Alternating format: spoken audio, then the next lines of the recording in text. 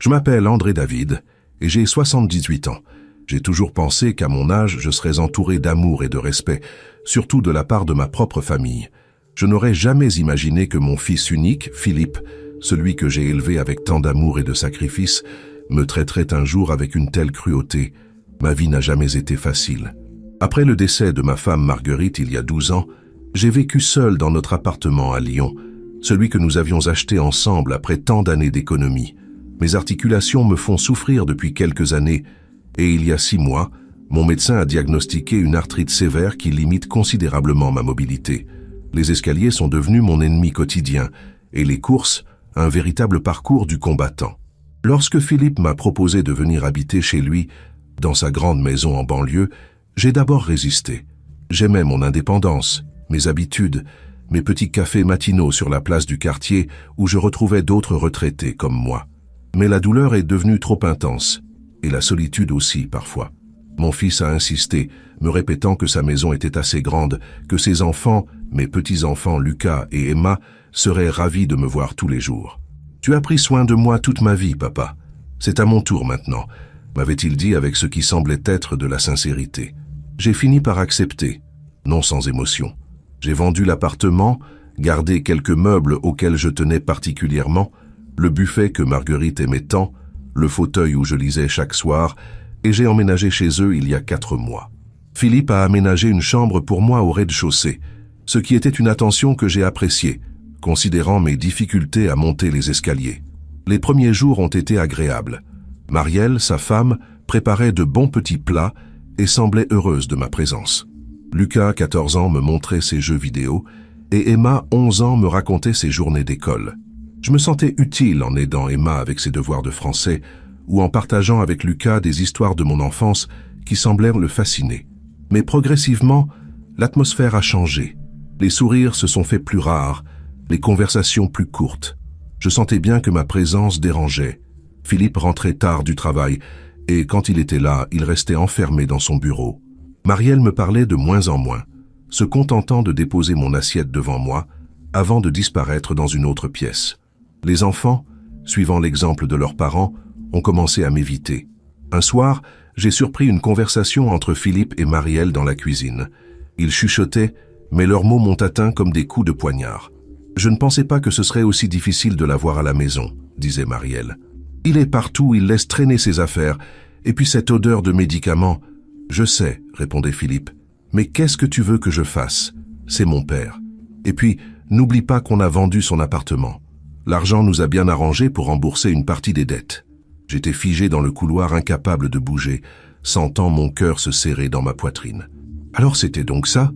Mon fils ne m'avait pas fait venir par amour ou par devoir filial, mais pour mettre la main sur l'argent de la vente de mon appartement? Cet appartement que j'avais mis toute une vie à payer, où chaque coin regorgeait de souvenirs avec Marguerite. Cette nuit-là, je n'ai pas fermé l'œil. Je repensais à toutes les fois où j'avais sacrifié mes propres désirs pour offrir à Philippe ce dont il avait besoin.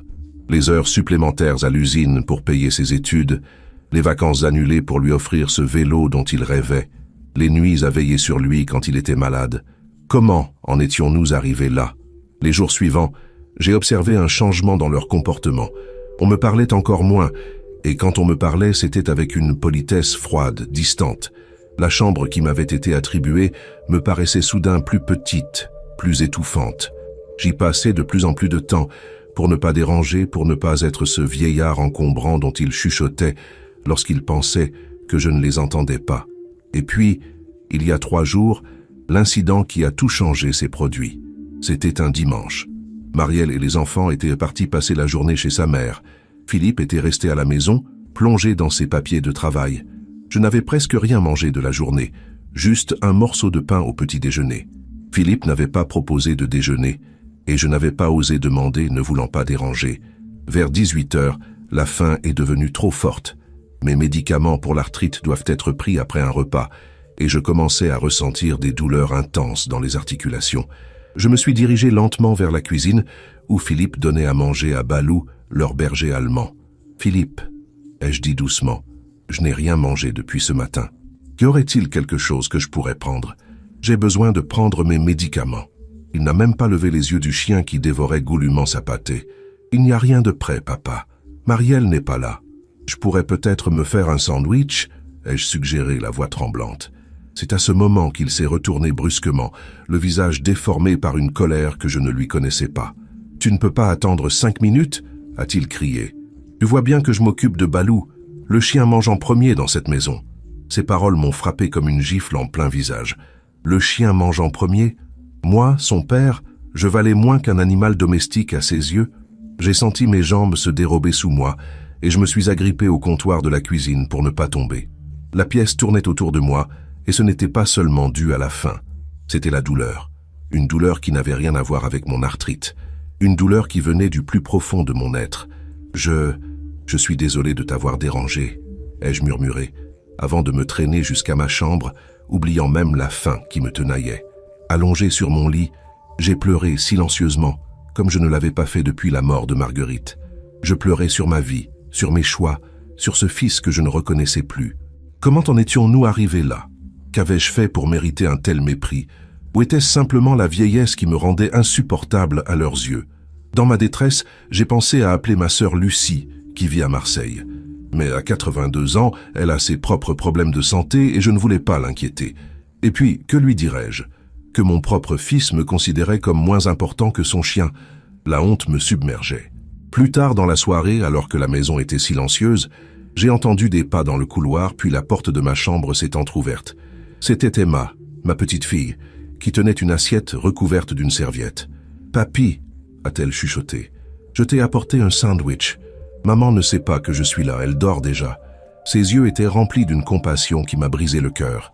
Cet enfant de 11 ans avait plus d'humanité que ses parents. « Merci, ma chérie » ai-je répondu en prenant l'assiette, tentant de dissimuler mes larmes. « Tu es une petite fille merveilleuse. » Elle a souri timidement avant de refermer la porte doucement. Ce petit geste de bonté m'a réchauffé le cœur, mais n'a pas effacé les paroles cruelles de Philippe. Cette nuit-là, j'ai pris une décision. Je ne pouvais pas rester dans cette maison où j'étais considéré comme un fardeau, où j'étais moins important qu'un chien. Mais où aller? Mon appartement était vendu, et avec l'argent dans les poches de Philippe, je n'avais pas les moyens de louer ailleurs. Ma petite retraite d'ancien ouvrier ne me permettait pas de vivre décemment, surtout avec mes frais médicaux. Je me suis souvenu alors de mon vieil ami Robert, avec qui j'avais travaillé à l'usine pendant 30 ans. Il vit seul dans un petit village près de Lyon. Nous avions gardé contact, nous appelant régulièrement, bien que je ne l'ai pas vu depuis mon déménagement chez Philippe. Robert m'avait souvent dit que sa porte m'était toujours ouverte. Le lendemain matin, profitant de l'absence de la famille, Philippe au travail, Marielle faisant des courses et les enfants à l'école, j'ai rassemblé mes maigres affaires dans ma vieille valise. J'ai laissé les meubles, ces témoins de ma vie avec Marguerite, que je ne reverrai probablement jamais. J'ai écrit une courte lettre que j'ai laissée sur mon lit. « Philippe, je pars. Tu as raison, je suis un fardeau pour ta famille. Je ne veux pas être là où je suis moins important qu'un chien. Ne t'inquiète pas pour moi, je vais chez un ami. Garde l'argent de la vente de l'appartement, tu en as manifestement plus besoin que moi.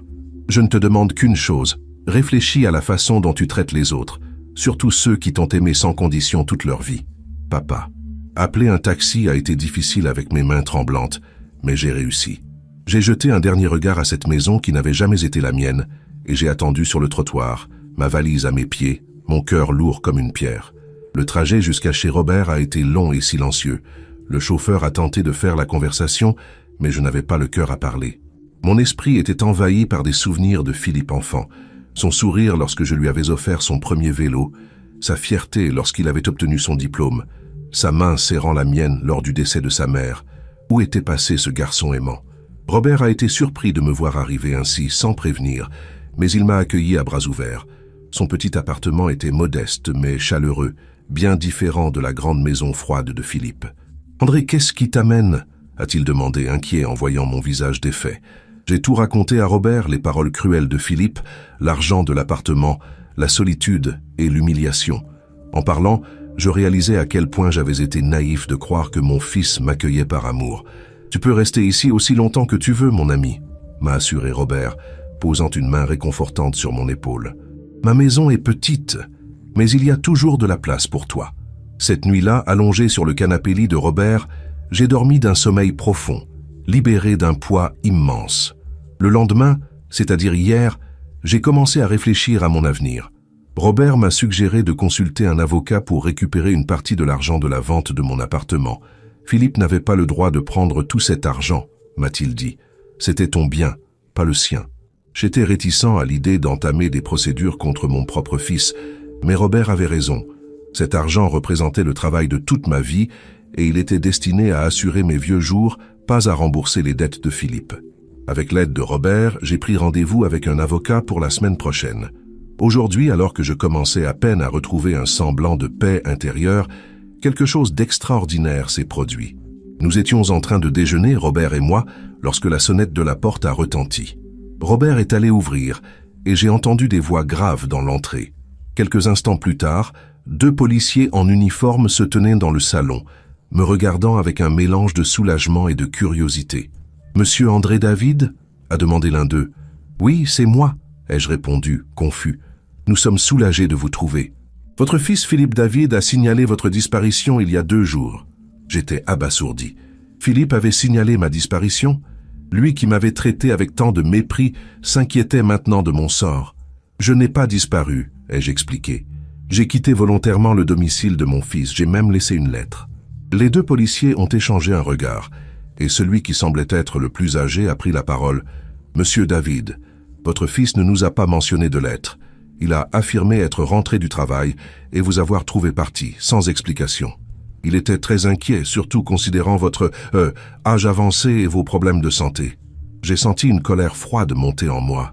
Philippe mentait même à la police. Il n'avait probablement jamais lu ma lettre, ou pire, l'avait délibérément cachée pour se présenter comme un fils inquiet. « Je vois », ai-je dit calmement. « Eh bien, comme vous pouvez le constater, je vais très bien.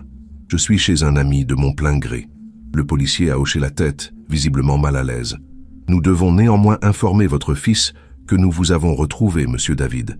C'est la procédure. »« Bien sûr, » ai-je répondu. « Mais je vous serais reconnaissant de lui dire également que je n'ai pas l'intention de retourner chez lui. » Après avoir pris quelques notes et m'avoir demandé si j'étais sûr de ne pas vouloir d'aide supplémentaire, les policiers sont partis, non sans avoir jeté des regards curieux autour d'eux, comme s'ils cherchèrent des signes indiquant que je n'étais pas là de mon plein gré.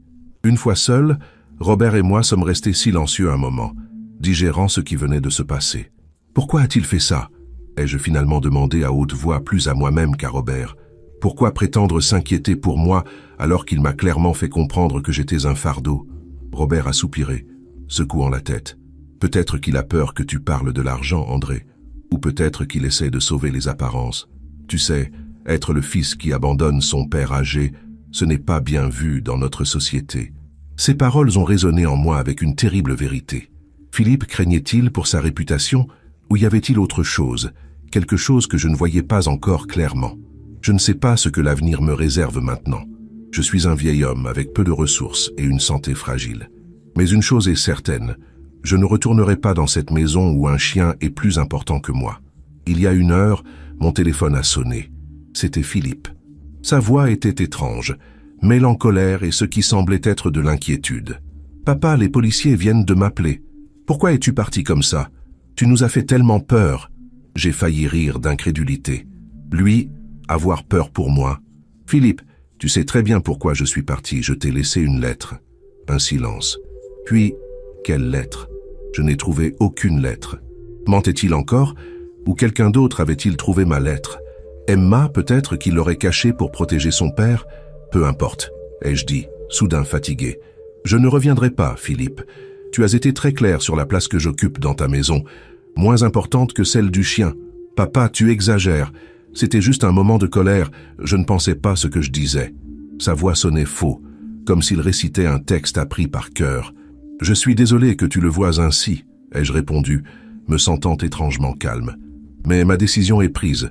Je vais rester chez Robert pour le moment, puis nous verrons. »« Et pour l'argent ?» a-t-il demandé, laissant enfin transparaître sa vraie préoccupation. « L'argent de l'appartement, il est tout. Voilà donc sa véritable inquiétude. Pas ma santé, pas mon bien-être, mais l'argent. Cet argent était le mien, Philippe, et tu l'as pris sans mon consentement explicite. Mon avocat te contactera à ce sujet la semaine prochaine. » J'ai raccroché avant qu'il puisse répondre, sentant mon cœur battre à tout rompre dans ma poitrine. Robert, qui avait écouté ma conversation, a posé une main apaisante sur mon épaule. « Tu as fait ce qu'il fallait, André. Ton fils doit comprendre qu'il ne peut pas te traiter ainsi sans conséquence. » Ce soir, assis dans le petit salon de Robert, je repense à tout ce qui s'est passé. À Philippe qui a appelé la police pour me retrouver, non par inquiétude mais par peur de perdre l'argent. À ces mots cruels qui résonnent encore dans ma tête, « Le chien mange en premier dans cette maison. Demain, la police viendra peut-être encore. » Philippe pourrait inventer toutes sortes d'histoires pour me faire revenir, mais je suis déterminé à rester fort, à défendre ma dignité. J'ai 78 ans, mais je ne suis pas encore prêt à être traité comme un moins que rien, surtout pas par mon propre fils. Cette histoire est loin d'être terminée, et j'ai le sentiment que les prochains jours pourraient réserver encore bien des surprises, pour Philippe comme pour moi. Cher lecteur, je suis bouleversé de partager cette histoire avec vous aujourd'hui. Raconter cette humiliation n'est pas facile, mais j'ai besoin de faire entendre ma voix. Si vous avez déjà été témoin d'une situation similaire, ou si vous avez des conseils à me donner, je vous en prie, laissez un commentaire ci-dessous. D'où regardez-vous cette vidéo? Y a-t-il d'autres personnes âgées qui vivent ce genre de situation près de chez vous? Votre soutien signifie énormément pour moi en ces temps difficiles. Je lirai tous vos commentaires et y répondrai personnellement. Cela fait maintenant 1 semaine que je vis chez Robert. 1 semaine que j'ai quitté la maison de mon fils. 1 semaine que j'ai retrouvé un semblant de dignité. Mon vieil ami m'a accueilli sans poser de questions, m'offrant non seulement un toit, mais aussi ce dont j'avais le plus besoin, du respect et de la considération. Ce matin, en me réveillant sur le canapé-lit du salon, j'ai contemplé la petite horloge posée sur la commode. 7 heures. Chez Philippe, je me levais toujours à l'aube, craignant d'être pris pour un paresseux si je restais au lit trop longtemps. Ici, Robert m'a répété plusieurs fois que je pouvais dormir autant que je le souhaitais. « À notre âge, André, on a bien mérité quelques grasses matinées », m'a-t-il dit en riant. Je me suis levé doucement, mes articulations me rappelant cruellement que l'arthrite ne prend pas de vacances. Mes médicaments étaient posés sur la table basse, accompagnés d'un verre d'eau que Robert avait préparé la veille. Ce petit geste d'attention m'a serré la gorge. Comment un ami pouvait-il montrer plus de sollicitude que mon propre fils? Dans la cuisine, j'ai trouvé un mot de Robert. Parti acheter du pain frais et des croissants. Café dans la cafetière. À tout de suite. J'ai souri. Robert savait que j'aimais commencer ma journée avec un café noir et un morceau de pain frais, comme je l'avais fait toute ma vie. En attendant son retour, je me suis installé dans le fauteuil près de la fenêtre, observant la rue qui s'éveillait progressivement. Le boulanger ouvrait sa boutique, une jeune mère passait en tenant son enfant par la main, un livreur déchargeait des caisses devant l'épicerie du coin. La vie suivait son cours, indifférente à mes tourments personnels. Mon téléphone a vibré dans la poche de ma robe de chambre. Philippe. Encore.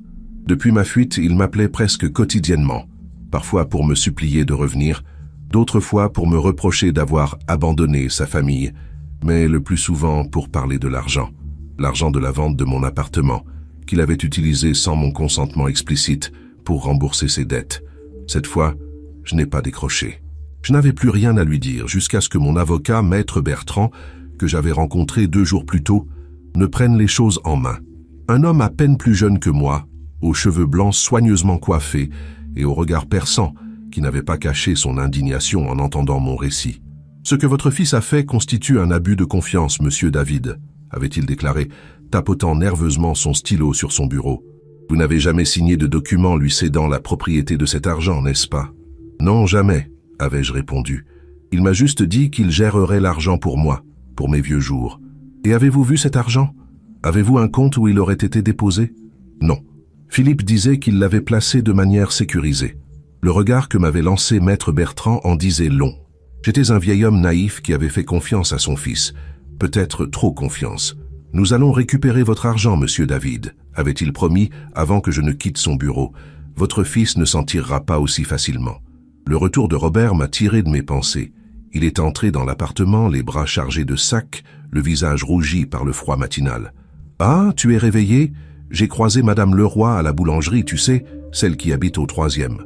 Elle m'a dit qu'elle avait vu un homme qui ressemblait beaucoup à ton fils rôder dans l'immeuble hier après-midi. Mon cœur s'est serré. Philippe cherchait-il à me confronter directement? Tu es sûr que c'était lui? Ai-je demandé, une pointe d'inquiétude dans la voix. Je n'en sais rien, je ne l'ai jamais rencontré, mais elle a dit qu'il demandait à tout le monde s'il connaissait un certain André David. J'ai senti une vague de colère monter en moi. Après m'avoir traité comme un moins que rien, Voilà que Philippe me traquait comme si j'étais un fugitif. Et pourquoi? Pour l'argent, bien sûr. Toujours l'argent. Robert, ai-je dit en me levant péniblement, je crois qu'il est temps que je prenne certaines mesures. Quelles mesures? Philippe ne va pas abandonner, il va continuer à me harceler, à me traquer. Je ne peux pas rester chez toi indéfiniment, ce ne serait pas juste pour toi. Et puis avec mon arthrite, je suis un fardeau. Robert a posé les sacs sur la table et s'est approché de moi, posant ses mains sur mes épaules. André, écoute-moi bien. Tu n'es pas un fardeau. Tu es mon ami depuis plus de 50 ans.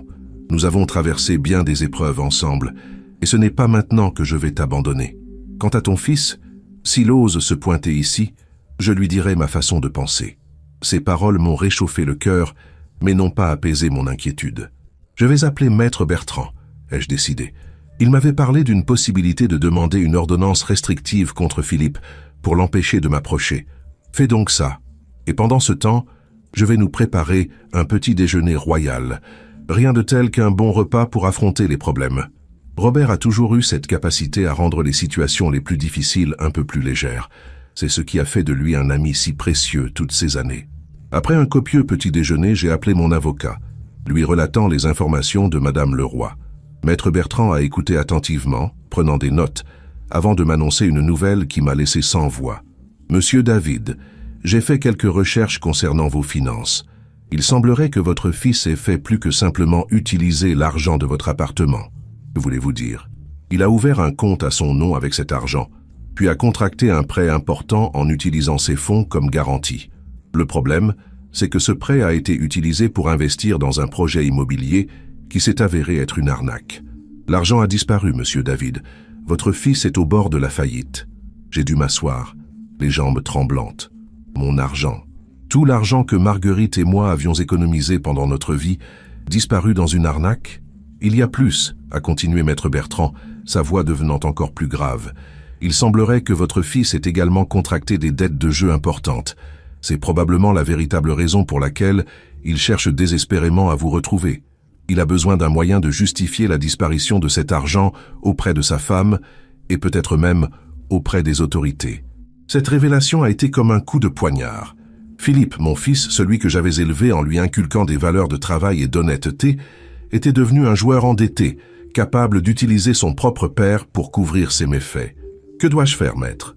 Pour commencer, nous allons déposer une plainte formelle pour abus de confiance et détournement de fonds. Ensuite, comme vous le suggériez, nous demanderons une ordonnance restrictive. Mais je dois vous avertir, monsieur David, récupérer votre argent sera difficile, voire impossible si les fonds ont vraiment disparu dans cette arnaque. Après avoir raccroché, je suis resté immobile, le regard perdu dans le vide. Robert, qui avait entendu la conversation, s'est assis face à moi, son visage reflétant ma propre consternation. « André, je suis tellement désolé. Toute ma vie, ai-je murmuré, les larmes aux yeux. Toute ma vie, j'ai travaillé dur, j'ai économisé. Pourquoi? Pour que mon fils dilapide tout dans des jeux de hasard? Pour qu'il me traite comme un fardeau, alors que c'est lui qui m'a volé? » Robert a secoué la tête, incapable de trouver les mots pour me consoler face à une telle trahison. « Tu sais ce qui me fait le plus mal, Robert? Ce n'est pas l'argent. C'est de réaliser que mon fils, celui que j'ai aimé plus que tout, celui pour qui j'aurais donné ma vie, n'a aucun respect pour moi. Il me considère comme un objet dont il peut tirer profit, pas comme un être humain, encore moins comme son père. » La sonnette de la porte a retenti, nous faisant sursauter tous les deux. Robert s'est levé pour aller ouvrir, me faisant signe de rester où j'étais. À travers la porte entr'ouverte du salon, j'ai entendu une voix féminine que j'ai immédiatement reconnue. Marielle, la femme de Philippe. « Monsieur Dubois, je suis Marielle David, la belle-fille d'André. Je sais qu'il est ici, s'il vous plaît. J'ai besoin de lui parler. » Robert a hésité, se tournant vers moi pour chercher mon approbation. J'ai hoché la tête. Contrairement à Philippe, Marielle n'avait jamais été ouvertement cruelle envers moi. Distante, oui, mais pas méchante. Lorsqu'elle est entrée dans le salon, j'ai été frappé par son apparence. Ses yeux étaient rouges et gonflés, comme si elle avait pleuré pendant des heures. Ses cheveux, habituellement si soigneusement coiffés, étaient en désordre, et elle portait les mêmes vêtements que la dernière fois que je l'avais vue, il y a une semaine. « André », a-t-elle dit, sa voix à peine plus forte qu'un murmure. « Je vous en prie, il faut que vous reveniez. Philippe va mal, très mal. »« Marielle », ai-je répondu, essayant de garder mon calme, « je sais pour l'argent. Je sais que Philippe l'a perdu dans une arnaque et dans des jeux. Je ne reviendrai pas. Son visage s'est décomposé, la surprise se mêlant à la honte. Vous savez, mon avocat a découvert toute l'histoire. Philippe ne m'a pas seulement insulté, il m'a volé, Marielle. Comment pourriez-vous penser que je reviendrais après ça? Elle s'est effondrée sur le canapé, les mains tremblantes. André, je vous jure que je ne savais rien pour le jeu. Rien du tout. Philippe me disait que l'argent de votre appartement était placé sur un compte à votre nom, pour vos vieux jours. Ce n'est qu'hier que j'ai découvert la vérité, quand 2 hommes sont venus à la maison. Quels hommes? A demandé Robert, qui s'était appuyé contre le mur, observant la scène avec méfiance.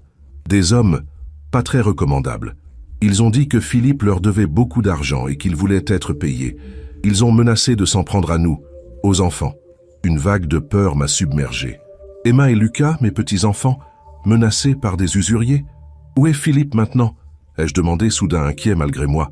Je ne sais pas, a-t-elle sangloté. Il est parti hier soir après la visite de ces hommes, disant qu'il allait arranger les choses. Il n'est pas rentré de la nuit. J'ai appelé la police, mais ils ont dit qu'il était trop tôt pour signaler sa disparition. J'ai pensé qu'il était peut-être venu vous voir. Je me suis rappelé les paroles de Madame Leroy. Était-ce vraiment Philippe qui rôdait dans l'immeuble hier? Cherchait-il de l'aide ou voulait-il me faire porter le chapeau pour ses dettes? Marielle, ai-je dit en me penchant vers elle, où sont les enfants en ce moment? Chez ma mère. Je les ai emmenés là-bas dès que ces hommes sont partis. J'avais peur qu'ils reviennent. Vous avez bien fait. Écoutez-moi, je ne peux pas revenir chez vous, pas après tout ce qui s'est passé, mais je vais vous aider. Ces hommes, à quoi ressemblaient-ils? Ont-ils dit pour qui ils travaillaient? Marielle a essuyé ses larmes, essayant de se concentrer. L'un d'eux était grand, avec une cicatrice sur la joue. L'autre était plus petit, trapu. Ils ont dit qu'il travaillait pour quelqu'un nommé Bertelli ou Bartelli, je ne suis pas sûr. Ce nom ne me disait rien, mais Robert a eu un mouvement de recul. Bartelli, a-t-il répété. Marielle, vous êtes certaine? Elle a acquiescé, l'air confus. Oui, je crois, pourquoi? Robert m'a lancé un regard grave. Vittorio Bartelli est connu dans le milieu des jeux clandestins à Lyon. C'est un usurier notoire, et il a la réputation d'être impitoyable avec ceux qui ne le remboursent pas. Mon sang s'est glacé. Dans quel pétrin Philippe s'était-il fourré? Marielle, ai-je dit en prenant ses mains dans les miennes, rentrez chez vous et appelez immédiatement la police. Dites-leur pour la visite de ces hommes, pour les menaces. Mentionnez le nom de Bartelli. Ils prendront l'affaire au sérieux. Mais Philippe, si Philippe vous contacte, dites-lui de se rendre à la police. C'est sa meilleure chance de s'en sortir. Elle a hoché la tête, ses yeux reflétant une terreur que je n'avais jamais vue chez elle. « Je suis désolé, André », a-t-elle murmuré. « Désolé pour la façon dont nous vous avons traité. Vous ne méritiez pas ça. » Ces excuses, bien que tardives, m'ont touché. Peut-être Marielle n'était-elle pas complice des actions de Philippe, après tout. Peut-être était-elle aussi une victime de ses mensonges. Après son départ, Robert et moi sommes restés silencieux un long moment, chacun perdu dans ses pensées. La situation avait pris un tournant que je n'aurais jamais pu imaginer. Mon fils, non content de m'avoir humilié et volé, s'était mis en danger en s'endettant auprès d'un criminel notoire. « Qu'est-ce que je dois faire, Robert ?» ai-je finalement demandé, la voix brisée par l'émotion. « Je pense que tu as fait ce qu'il fallait en conseillant à Marielle d'appeler la police. Quant à Philippe, il a laissé sa phrase en suspens, mais nous savions tous les deux ce qu'il pensait. Philippe avait fait son lit, maintenant il devait y coucher. Je vais appeler Maître Bertrand, ai-je décidé. Il doit être informé de ces nouveaux développements. » L'avocat a écouté attentivement mon récit, poussant des soupirs désapprobateurs à plusieurs reprises. « Monsieur David, je dois vous avertir que la situation de votre fils est très grave. S'il a emprunté de l'argent à Bartelli, il est dans un pétrin bien plus profond que je ne le pensais. Ce genre d'individu ne plaisante pas avec les dettes. Que me conseillez-vous? Maintenez votre distance. Laissez la police s'occuper de cette affaire. Je vais contacter un collègue spécialisé en droit pénal qui pourra conseiller votre fils s'il est retrouvé. Mais en attendant, restez où vous êtes. Vous êtes en sécurité chez votre ami? Oui, je pense. Bien. Je vous tiendrai informé de tout développement concernant votre plainte pour détournement de fonds. La journée s'est écoulée dans une atmosphère lourde d'inquiétude. Malgré tout ce que Philippe m'avait fait, je ne pouvais m'empêcher de m'inquiéter pour lui. Il restait mon fils, la chair de ma chair, le fruit de l'amour entre Marguerite et moi. En fin d'après-midi, alors que Robert et moi prenions un thé dans le salon, mon téléphone a sonné. Un numéro inconnu. « Allô? Papa? C'est moi. » La voix de Philippe était à peine reconnaissable, étranglée par ce qui semblait être de la peur. « Philippe, où es-tu? Marielle est venue ici. Elle est morte d'inquiétude. Je ne peux pas te le dire. Pas au téléphone. J'ai besoin de ton aide, papa. » J'ai fermé les yeux, serrant le téléphone si fort que mes phalanges ont blanchi. « Mon aide? Après tout ce que tu m'as fait? Tu m'as humilié, volé, et maintenant tu me demandes de t'aider? »« Je sais, a-t-il gémi. J'ai été ignoble avec toi. Ce que j'ai dit, ce que j'ai fait, je ne peux pas le justifier. Mais papa, je suis dans un vrai pétrin. Ces types, ils vont me tuer si je ne les rembourse pas. Tu aurais dû y penser avant de jouer mon argent. » Il y a eu un silence, puis un sanglot étouffé. « Tu as raison, j'ai tout gâché. L'argent, notre relation, ma famille. Je ne te demande pas de me pardonner. Je te demande juste de m'aider une dernière fois. Après, je disparaîtrai de ta vie si c'est ce que tu veux. » J'ai senti mon cœur se serrer. Malgré tout, c'était mon fils au bout du fil, mon unique enfant, celui pour qui j'aurais autrefois déplacé des montagnes. « Qu'est-ce que tu veux, Philippe? J'ai besoin d'argent pour quitter le pays, juste assez pour prendre un billet d'avion et disparaître quelque temps, le temps que les choses se calment. Et Marielle? Les enfants? Ils seront mieux sans moi pour l'instant. Je leur ai causé assez de problèmes comme ça. » Sa voix s'est brisée sur ces derniers mots et j'ai senti une fissure dans ma résolution. « Philippe, écoute-moi. Tu ne peux pas fuir tes problèmes. Ces hommes, Barthélie, ils te retrouveront où que tu ailles. Et puis il y a la police. Marielle va signaler les menaces. Ils voudront te parler. La police ne peut pas m'aider, papa. Pas contre Barthélie. Si, ils le peuvent, mais tu dois te rendre. Explique-leur la situation, demande leur protection. C'est la seule façon de t'en sortir. » Un long silence a suivi, puis « Et si je me rendais et que je leur racontais tout, tu serais là? Tu viendrais me voir ?» Cette question m'a pris au dépourvu. Après tout ce qui s'était passé, Philippe cherchait encore mon approbation, mon soutien. « Je ne sais pas, Philippe. Tu m'as profondément blessé. Le chien mange en premier, tu te souviens? Comment pourrais-je oublier ça? Je ne le pensais pas, papa, je te jure. J'étais stressé, effrayé, submergé par les dettes. Je passais mes journées à essayer de trouver comment rembourser Barthélie et mes nuits à me demander comment cacher tout ça à Marielle. J'ai passé ma colère sur toi parce que tu étais là. » Ces excuses sonnaient sincères, mais le mal était fait. Les paroles cruelles, une fois prononcées, ne peuvent être reprises.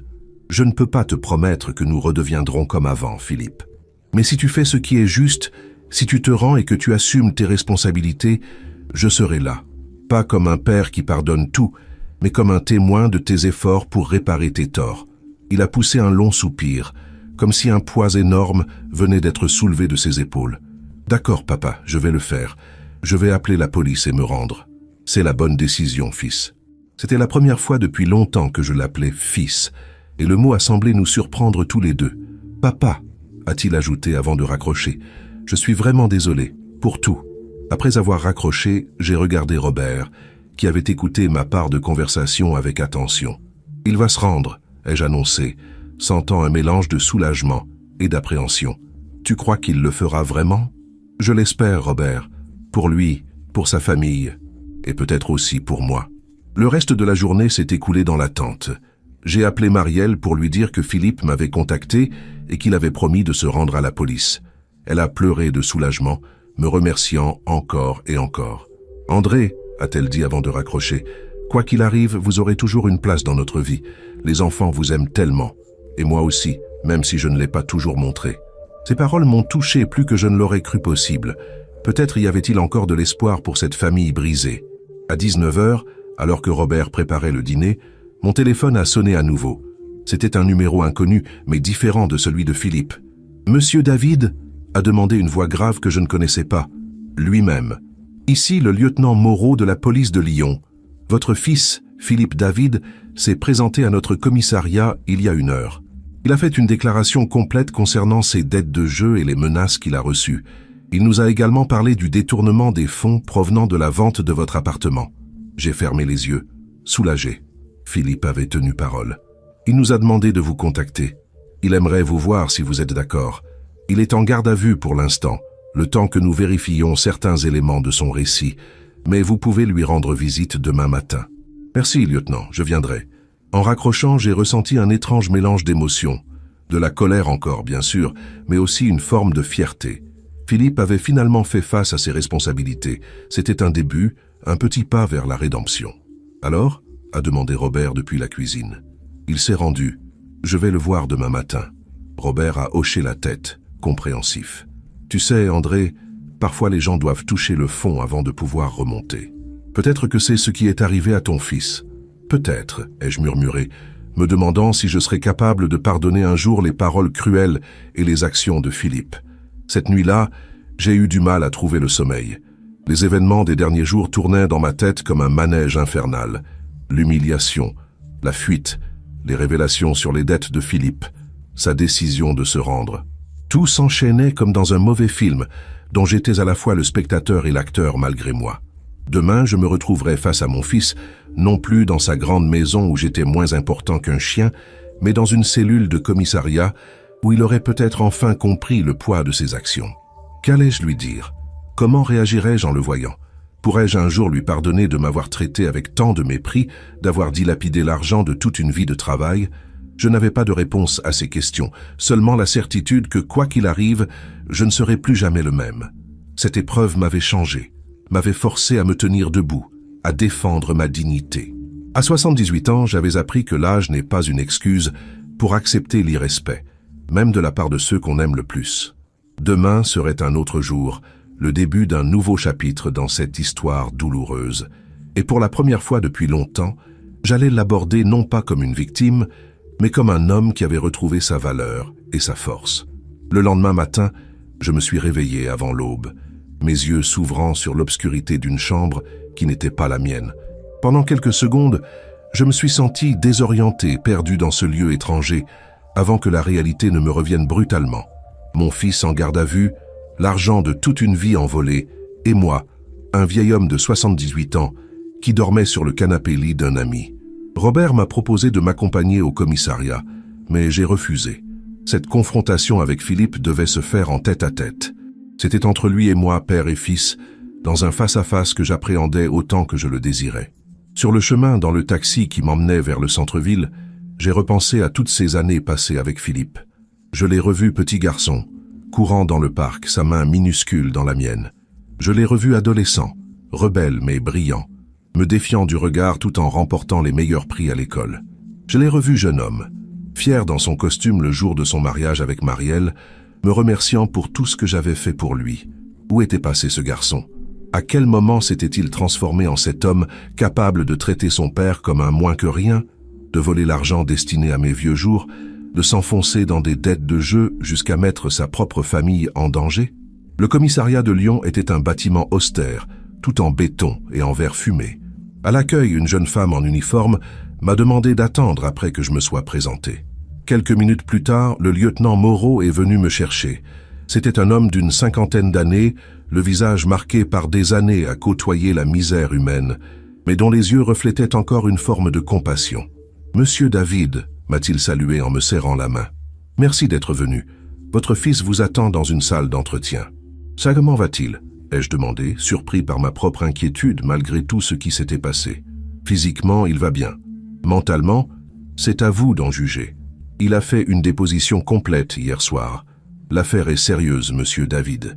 Détournement de fonds, dette de jeu, implication avec des criminels connus. Il risque plusieurs années de prison. » J'ai hoché la tête, sentant un poids se poser sur mes épaules. Malgré sa trahison, l'idée que mon fils puisse passer des années derrière les barreaux me serrait le cœur. « Je dois vous prévenir », a continué le lieutenant. « Nous avons également contacté les services sociaux concernant les menaces reçues par votre belle-fille et vos petits-enfants. Une enquête sera ouverte pour s'assurer de leur sécurité. »« C'est normal », ai-je répondu, pensant à Emma et Lucas. Ces pauvres enfants ne méritaient pas d'être mêlés à cette histoire sordide. Le lieutenant m'a conduit à travers un dédale de couloirs jusqu'à une petite pièce au mur nu, meublée d'une simple table et de 4 chaises. Et là, assis, le dos voûté et le regard fixé sur ses mains menottées, se trouvait Philippe. Je ne l'avais pas vu depuis une semaine, mais il semblait avoir vieilli de 10 ans.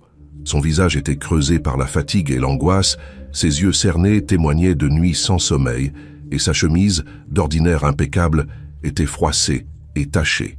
Quand la porte s'est refermée derrière moi, il a levé les yeux.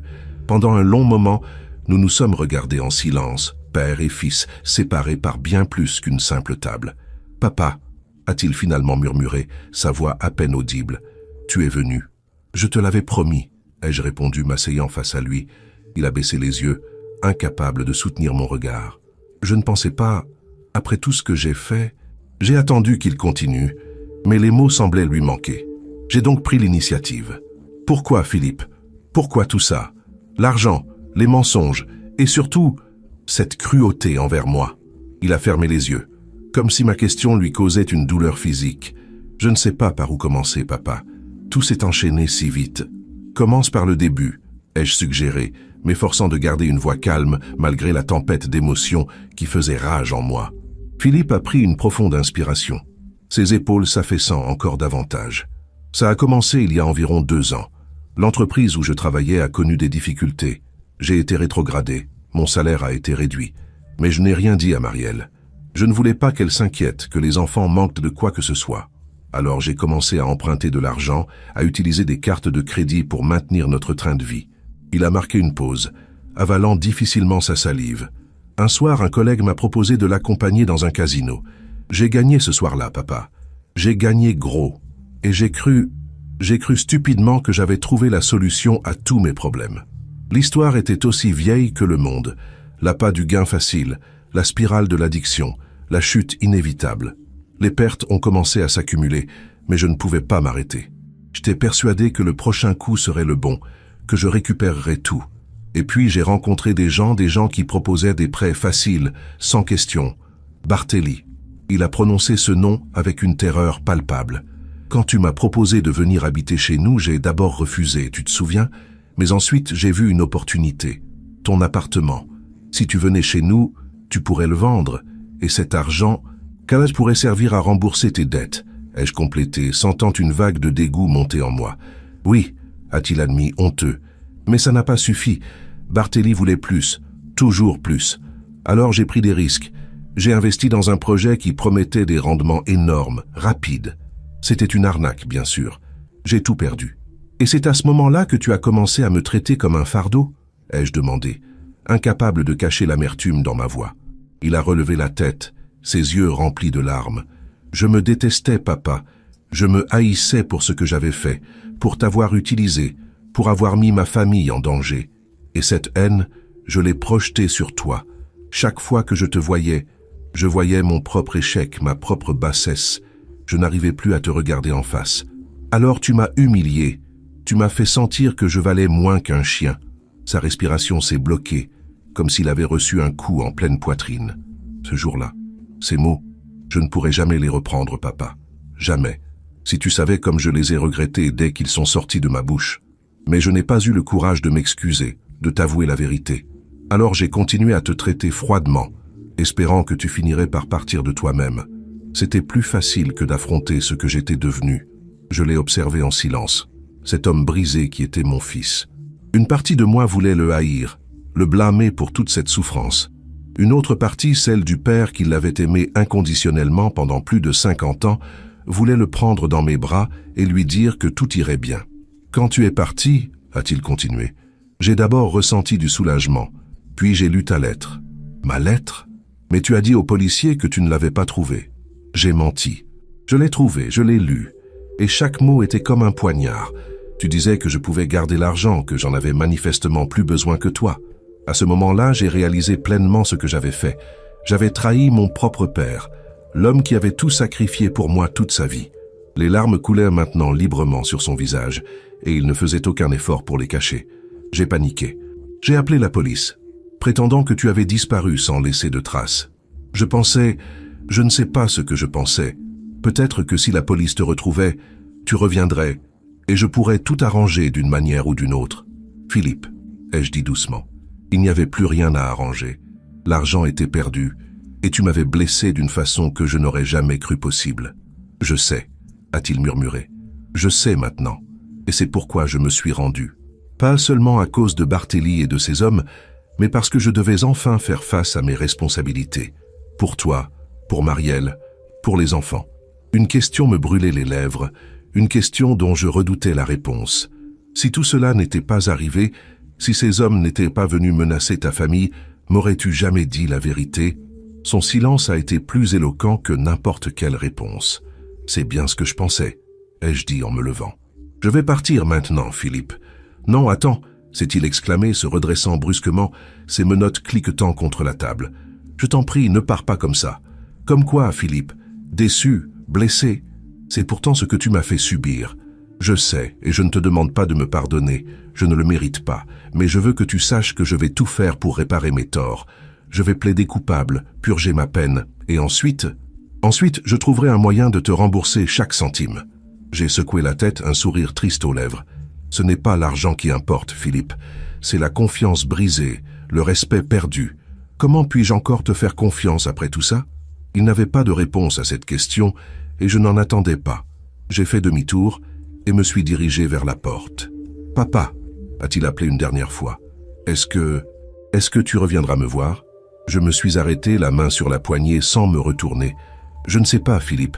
Je ne sais vraiment pas. » En sortant du commissariat, j'ai été surpris de trouver Marielle qui attendait sur un banc, son visage marqué par l'inquiétude et le manque de sommeil. « André » a-t-elle dit en se levant précipitamment. « Comment va-t-il ?»« Physiquement, il va bien » ai-je répondu, reprenant les mots du lieutenant Moreau. « Mentalement, c'est une autre histoire. » Elle a hoché la tête, comprenant parfaitement ce que je voulais dire. « Les enfants demandent après vous. Emma n'arrête pas de pleurer depuis que vous êtes parti. » Cette révélation m'a touché plus que je ne l'aurais cru possible. Malgré tout ce qui s'était passé, mes petits-enfants tenaient encore à moi. « Comment vont-ils » ai-je demandé, sincèrement inquiet. « Ils sont perdus, effrayés. Ils ne comprennent pas tout, bien sûr. Je leur ai dit que papa avait des problèmes et devait parler à la police, mais pas les détails. C'est mieux ainsi. Ils sont trop jeunes pour comprendre toute cette laideur. » Un silence inconfortable s'est installé entre nous, chargé de non-dits et de regrets. « André » a-t-elle finalement repris. « Je sais que vous n'avez aucune raison de nous aider après ce que nous vous avons fait, mais les enfants et moi, nous sommes seuls maintenant. Philippe va probablement aller en prison, et je ne sais pas comment nous allons nous en sortir. » J'ai senti un élan de compassion pour cette femme qui, malgré sa complicité passive dans mon humiliation, n'avait jamais souhaité tout ce chaos. « Qu'est-ce que tu me demandes exactement, Marielle ?»« Je ne demande rien, » a-t-elle répondu rapidement. « Je voulais juste... je ne sais pas. Peut-être juste vous dire que, malgré tout, vous êtes toujours le grand-père d'Emma et Lucas, et qu'ils ont besoin de vous. » Ces mots ont fait écho à une vérité que j'avais tenté d'ignorer dans ma colère et ma douleur. Quelles que soient les fautes de Philippe, mes petits-enfants n'y étaient pour rien. Ils étaient des victimes innocentes de cette situation, tout comme moi. Je ne peux pas revenir vivre chez vous, Marielle. Pas après tout ça. Je comprends. Mais je pourrais voir les enfants de temps en temps, si tu es d'accord. Son visage s'est éclairé d'un soulagement palpable. Bien sûr que je suis d'accord. Ils seraient tellement heureux. Nous avons convenu que je passerai le week-end suivant pour un déjeuner avec Emma et Lucas. Ce n'était pas un pardon, ce n'était pas un retour à la situation antérieure, mais c'était un petit pas vers une forme de réconciliation, au moins avec la partie innocente de cette famille brisée. En rentrant chez Robert, j'ai trouvé mon ami dans un état d'agitation inhabituel. « André !» s'est-il exclamé dès que j'ai franchi la porte. « J'ai essayé de te joindre toute la matinée. J'étais au commissariat, puis j'ai parlé avec Marielle. Qu'est-ce qui se passe ?» Maître Bertrand a appelé. Il a des nouvelles importantes. Apparemment, la police a réussi à arrêter Barthélie ce matin, dans le cadre d'une opération plus large contre le réseau de jeux clandestins. Ils ont saisi des documents, des ordinateurs, et ils ont trouvé des preuves que Philippe n'était pas le seul à avoir été arnaqué. Cette nouvelle m'a laissé perplexe. En quoi cela me concernait-il? « Il y a plus », a continué Robert. Parmi les documents saisis, ils ont trouvé un contrat signé par Philippe, où il mettait en garantie non seulement l'argent de ton appartement, mais aussi la maison familiale. J'ai senti mon sang se glacer dans mes veines. Tu veux dire que Marielle et les enfants risquent de se retrouver à la rue, oui. Maître Bertrand dit que juridiquement c'est complexe. Philippe a signé ce contrat sous la contrainte, avec des usuriers, ce qui pourrait le rendre invalide. Mais le processus judiciaire pourrait prendre des mois, voire des années. Je me suis effondré dans un fauteuil, assommé par cette nouvelle. Malgré tout ce qui s'était passé, l'idée que mes petits-enfants puissent se retrouver sans toi m'était insupportable. « Qu'est-ce que je peux faire ?» ai-je demandé plus à moi-même qu'à Robert. Bertrand suggère de te porter partie civile dans l'affaire contre Barthélie. Cela pourrait accélérer le processus de récupération de certains biens ou au moins de gel de la situation jusqu'à ce que tout soit clarifié légalement. Cette journée, qui avait commencé par une confrontation douloureuse avec mon fils, prenait maintenant un tournant encore plus complexe. Je n'étais plus simplement un vieil homme trahi par son fils. J'étais potentiellement la seule personne qui pouvait empêcher ses petits-enfants de se retrouver à la rue. Les jours suivants ont été un tourbillon de rendez-vous avec Maître Bertrand, de dépositions à la police et de discussions interminables sur les aspects juridiques de toute cette affaire. J'ai appris que Philippe n'était qu'un petit poisson dans un vaste réseau d'extorsion et de jeux illégaux dirigé par Barthély, qui avait ruiné des dizaines de familles. Une semaine après ma visite au commissariat, j'ai reçu un appel inattendu de la part de Philippe, autorisé à passer un appel de sa cellule. « Papa », a-t-il dit, sa voix semblant plus forte qu'à notre dernière rencontre, « je viens d'apprendre ce que tu fais pour Marielle et les enfants. »« Je ne le fais pas pour toi », ai-je précisé immédiatement. « Je sais, et c'est ce qui rend ton action encore plus admirable. Après tout ce que je t'ai fait subir, tu aides encore ma famille. » Il y avait une sincérité dans sa voix que je n'avais pas entendue depuis longtemps. « Les enfants n'ont pas à payer pour tes erreurs, Philippe. Tu as raison. Et c'est pourquoi j'ai décidé de coopérer pleinement avec la police. Je leur ai tout dit sur Barthély, sur son organisation, sur ses méthodes. Ils disent que mon témoignage pourrait être crucial pour démanteler tout le réseau. » J'ai été surpris par cette révélation. Philippe risquait sa vie en témoignant contre un homme comme Barthély. C'est dangereux, Philippe. Je sais, mais c'est la seule chose qui me reste à faire, la seule façon de me racheter un peu, de protéger ma famille, et peut-être de regagner un jour ton respect. Ces derniers mots ont été prononcés avec une humilité que je n'aurais jamais cru possible de la part de mon fils. La police m'a proposé un programme de protection des témoins après le procès, a-t-il continué. Pour moi, Marielle et les enfants. Une nouvelle identité, un nouveau départ, loin d'ici. Un nouveau départ, ai-je répété, réalisant soudain ce que cela signifiait. Si Philippe et sa famille entraient dans ce programme, je ne les reverrais probablement jamais. Je sais ce que tu penses, papa. Et c'est pourquoi j'ai une question à te poser, une question que je n'ai pas le droit de poser, mais que je dois poser quand même. J'ai attendu, le cœur battant. Viendrais-tu avec nous, dans ce nouveau départ? La question m'a pris totalement au dépourvu. Après tout ce qui s'était passé, Philippe me demandait de le suivre dans cette nouvelle vie. Pourquoi me demandes-tu cela? Ai-je finalement réussi à articuler. Parce que malgré tout ce que j'ai fait, tout le mal que je t'ai causé, tu restes mon père. Et parce que les enfants t'aiment et ont besoin de toi. Marielle aussi. Et moi aussi, papa. J'ai besoin de toi. Besoin de ton pardon. Besoin de ta sagesse. Besoin de ta force. J'ai fermé les yeux, submergé par une vague d'émotions contradictoires. La colère était toujours là, ainsi que la douleur de la trahison. Mais il y avait aussi autre chose, quelque chose que je n'avais pas ressenti depuis longtemps, l'espoir. L'espoir d'une réconciliation, d'une guérison, d'une nouvelle chance. Je ne peux pas te répondre maintenant, Philippe. C'est une décision trop importante pour être prise à la hâte. Je comprends. Prends tout le temps dont tu as besoin. Le procès n'aura pas lieu avant plusieurs mois.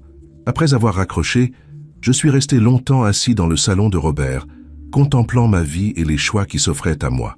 Rester ici, auprès de mon vieil ami, dans cette ville qui avait été la mienne pendant tant d'années, ou suivre mon fils et sa famille dans une nouvelle vie, loin de tout ce que je connaissais.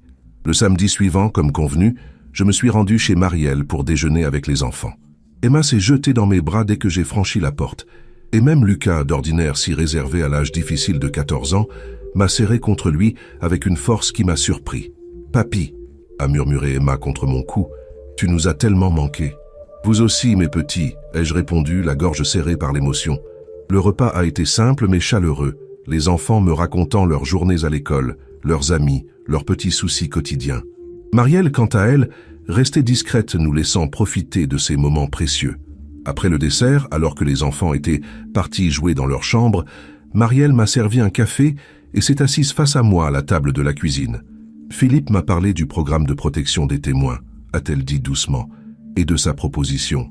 J'ai hoché la tête, ne sachant que répondre. Je voulais que vous sachiez que cette proposition vient aussi de moi. Quoi qu'il arrive, vous serez toujours le bienvenu dans notre vie, André. Toujours. Ses yeux brillaient de sincérité, et pour la première fois, j'ai vu en elle, non pas la femme distante qui m'avait toléré dans sa maison, mais une alliée potentielle, quelqu'un qui comprenait la valeur des liens familiaux, même quand ils sont mis à rude épreuve. Merci Marielle, cela signifie beaucoup pour moi. En quittant la maison ce jour-là, avec les cris joyeux d'Emma et Lucas résonnant à mes oreilles, j'ai réalisé que ma décision était déjà prise, quelque part au fond de mon cœur. 2 semaines plus tard, j'ai rendu visite à Philippe au centre de détention. Il avait meilleure mine, comme si le fait d'avoir assumé ses responsabilités lui avait ôté un poids immense des épaules. J'ai réfléchi à ta proposition, ai-je annoncé après les salutations d'usage. Son regard s'est immédiatement fixé sur moi, mêlant espoir et appréhension. Et je viendrai avec vous. Son visage s'est illuminé d'une joie presque enfantine, avant de se teinter de confusion. Vraiment? Après tout ce que j'ai fait? Philippe, ce que tu m'as fait était horrible, et je ne l'oublierai jamais. Le chien mange en premier. Ces mots resteront gravés en moi jusqu'à mon dernier jour. Son expression s'est assombrie, la honte évidente dans ses yeux baissés. Mais, ai-je continué, j'ai 78 ans. Je ne sais pas combien de temps il me reste à vivre, et je ne veux pas passer ces dernières années à nourrir de la rancune et de l'amertume. Ce n'est pas la personne que je veux être. Papa, laisse-moi finir. Je viens avec vous, mais j'ai des conditions. Premièrement, je veux que tu suives une thérapie pour ton addiction au jeu. Deuxièmement, je veux que tu travailles, que tu subviennes aux besoins de ta famille honnêtement. Et troisièmement, je veux que tu te souviennes chaque jour de ce que tu as fait, non pas pour te flageller, mais pour ne jamais le répéter. Il a hoché la tête, les larmes aux yeux. Je te le promets, papa. Je te promets que je ferai tout ça, et plus encore. Je ne te décevrai plus jamais. J'ai tendu la main par-dessus la table, et pour la première fois depuis ce qui semblait être une éternité, j'ai touché mon fils, posant ma main ridée sur la sienne. Je ne te fais pas encore totalement confiance, Philippe. Cette confiance, tu devras la regagner jour après jour, acte après acte, mais je suis prêt à te donner cette chance. Son sourire, à travers ses larmes, était comme un rayon de soleil après une longue tempête. 6 mois plus tard, le procès de Barthélie s'est achevé par sa condamnation à une lourde peine de prison. Philippe, grâce à sa coopération, a été condamné avec sursis, évitant ainsi l'incarcération mais restant sous surveillance judiciaire. Et moi, André David, 79 ans maintenant, je me préparais à commencer une nouvelle vie loin de Lyon, loin de tout ce que j'avais connu. Robert a été le seul à qui j'ai dit adieu en personne, lui expliquant la situation tout en omettant les détails du programme de protection. Mon vieil ami a compris, me serrant dans ses bras avec la promesse de garder le contact d'une manière ou d'une autre. La veille de notre départ, alors que les cartons s'empilaient dans la maison de Marielle, Emma est venue se blottir contre moi sur le canapé. « Papy » a-t-elle demandé de sa voix douce, « tu es content de venir avec nous ?» J'ai regardé cette enfant si innocente et pourtant si perceptive, et j'ai réalisé que malgré toute la douleur et les trahisons, malgré les mots cruels et les actes impardonnables, j'étais effectivement content. Content non pas d'oublier, mais de pardonner. Content non pas d'effacer le passé, mais de construire un avenir. « Oui, ma chérie », ai-je répondu en la serrant contre moi. « Je suis très content. » Et c'était vrai. À 79 ans, j'avais appris que la dignité ne consistait pas à refuser le pardon, mais à l'accorder tout en se tenant debout. Que le respect ne venait pas seulement des autres, mais aussi de soi-même. Et que l'amour, malgré ses blessures et ses déceptions, restait la force la plus puissante qui soit. Demain, nous partirions vers une nouvelle vie, une nouvelle identité, un nouveau départ. Et pour la première fois depuis que Philippe avait prononcé ces mots terribles, « Le chien mange en premier », je sentais une paix intérieure, une acceptation qui n'effaçait pas la douleur, mais la transformait en quelque chose d'autre, quelque chose qui ressemblait étrangement à de l'espoir. Peut-être que c'est cela finalement la véritable sagesse de l'âge, savoir que certaines blessures ne guérissent jamais complètement, mais qu'elles peuvent néanmoins nous rendre plus forts, plus compatissants, plus humains. Et dans ce voyage vers l'inconnu qui m'attendait, j'emportais avec moi non pas la rancœur d'un vieil homme trahi, mais la sérénité de celui qui a choisi, envers et contre tout, de croire en la possibilité d'un nouveau chapitre. Je ne peux pas croire à quel point cette histoire a touché tant d'entre vous. Vos commentaires m'ont profondément ému. Je voulais prendre un moment pour répondre personnellement à certains d'entre vous qui m'ont demandé si j'avais vraiment pardonné à mon fils. La vérité, c'est que le pardon est un chemin, pas une destination. Chaque jour est différent. Certains matins, je me réveille encore avec ces mots cruels résonnant dans ma tête. D'autres jours, je vois les efforts sincères de Philippe et je sens mon cœur s'ouvrir davantage. Si vous avez vécu une situation similaire, avec un membre de votre famille, ou si vous êtes en train de décider si vous pouvez pardonner une trahison, partagez votre expérience dans les commentaires. Comment avez-vous géré cette situation? Avez-vous choisi le pardon ou la rupture? Je lis tous vos messages et votre soutien m'aide plus que vous ne pouvez l'imaginer dans ce nouveau chapitre de ma vie.